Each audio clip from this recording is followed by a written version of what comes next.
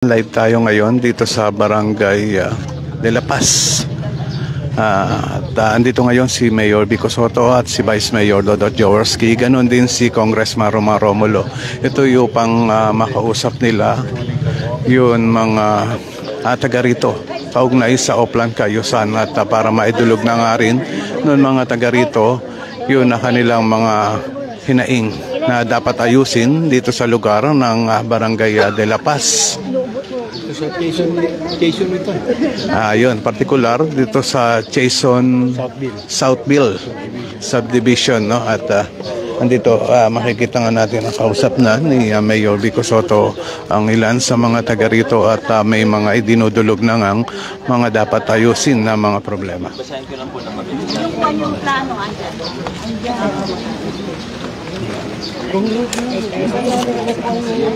Yes, ako yung gumawa ng drainage. Gumawa akong drainage.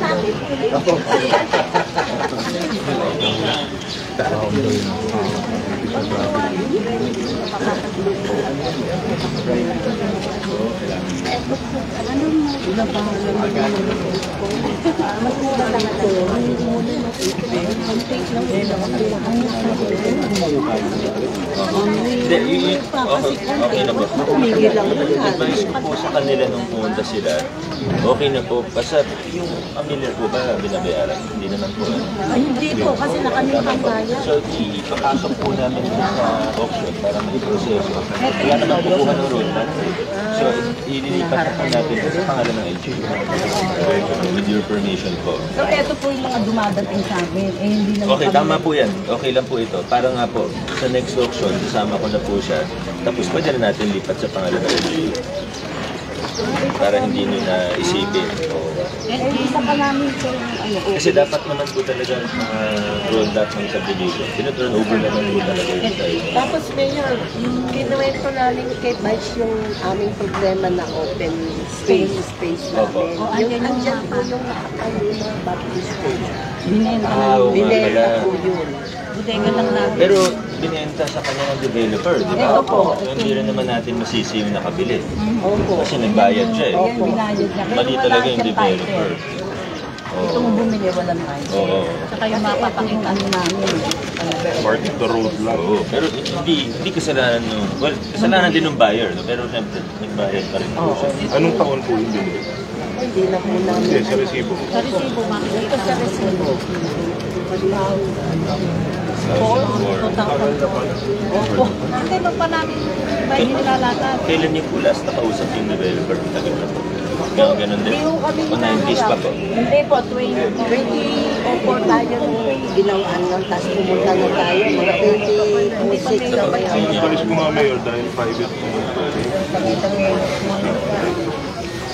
Yung may nakatayo na doon, medyo mahirap po din natin basta-basta pa dito. Siyempre may karapatan na siya kahit paano kasi nagbayad siya. Hindi naman po siya informal sir. Kahit wala yun. Yes, sir. Wala siyang TCT.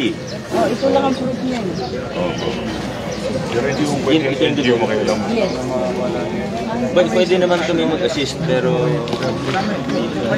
kailangan silent po na. Pwede kami mag-assist kung ano. Punta tayo sa gala.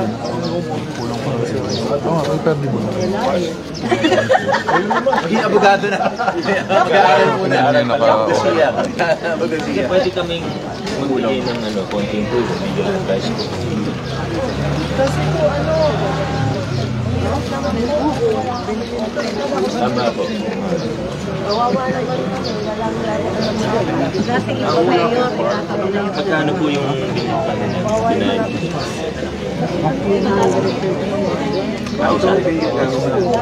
Liit lang po. Ganda po.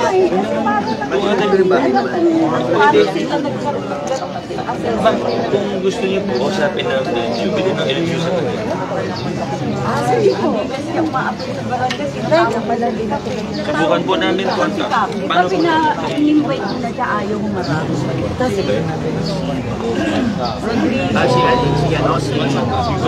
di ba dapat maghaharap kami mag-uusap? Sulatan ko lang po siya. Subukan lang natin. Kasi considering na open space siya. Ay, Mayor, kasi dati, hindi kami pumayag.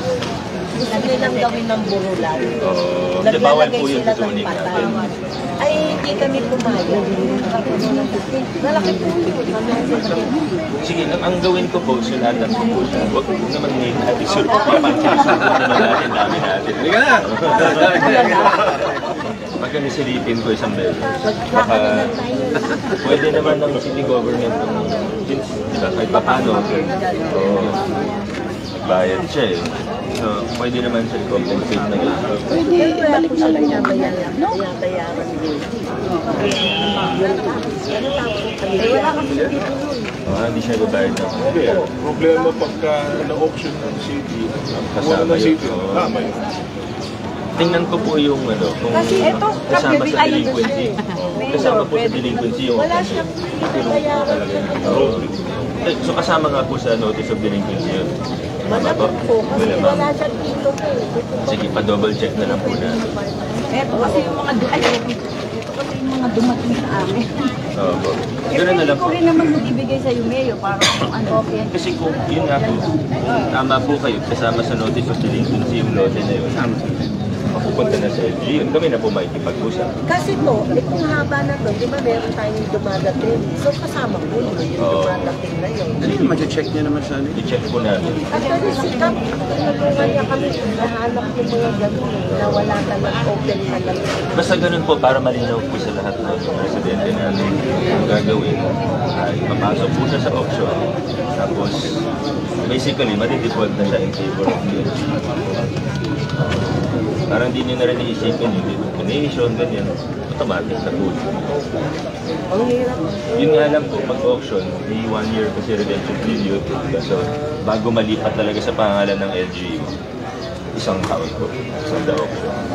So, pero at least, dekada nyo na naman po inaantay. Ano ba naman yung isa pang taon? Isang taon lang nakapisa kami na ilang taon pa.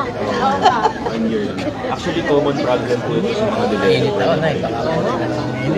Iniiwan talaga nila. Si Don Yawana, gano'n din. Tatlong beses po kami pumunta Oo nga po eh. Oo, sige po. Dito po kami sa kama nung nagilin. Oo. Tapos meron kami papapunta din na po. CR, dati. Hindi gaya. On the way na po, sir.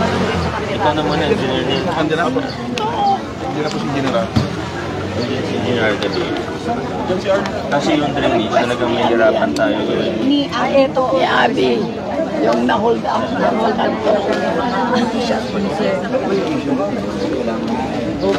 Ito si Art. Senior, yung sa lupang ganun din naman. Yung sapatos. Bibigay ko na lang po sa kanya. Baba, siya na po mag-receive. Yung drainage, pwede na po natin gawin ng plano habang inaayos yung lupa. Pero antayin po talaga natin.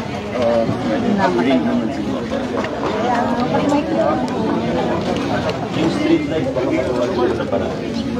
Kaya yung street light na lang po kapag. Pwede naman yung street light pwede.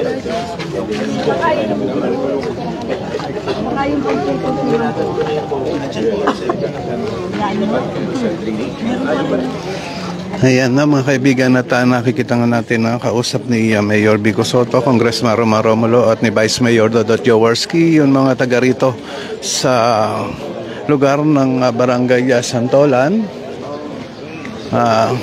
At ito yun, mga idinudulog nga kay Mayor Vico Soto, yun ang problema nila dito sa lugar yun na meron na kasing isang dapat na open area, ay kaya lang natayuan ng parang multipurpose, no, pwedeng pagburulan, gano'n. At yan ay tinutugunan ni Mayor Vico Soto, yung mga problema nila yan, at para maayos na nga. So yun, iba pang mga problema ay yun mga drainage naman dito na talagang kapag umuulan ay bumabaha nga itong lugar ng Barangay Santolan na ito. Natila natin ngayon, baka sumidit lang ng konti. Inuulit ko, nandito tayo ngayon sa Chason, Southville, Barangay Santolan. Kay Ma'am Tessie Suarez Espiridon, maraming salamat po sa panonood. Grabe powers na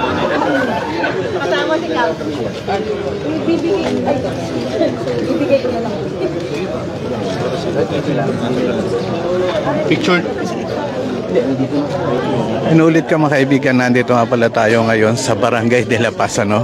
Medyo nagkamali yata ako. Nabanggit ko yata Santolan. Nandito tayo ngayon sa Barangay de la Paz. Hindi ganun na rin si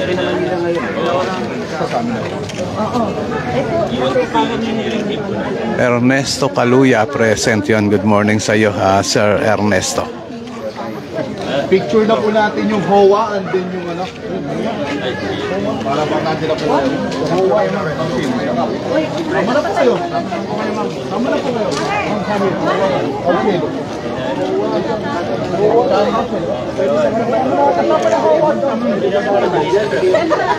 Ayan, nagpa-picture na rin kay Mayor Vico Soto ang mga member o officer ng Homeowners Association dito sa Quezon Southville, no? At yan. Salamat.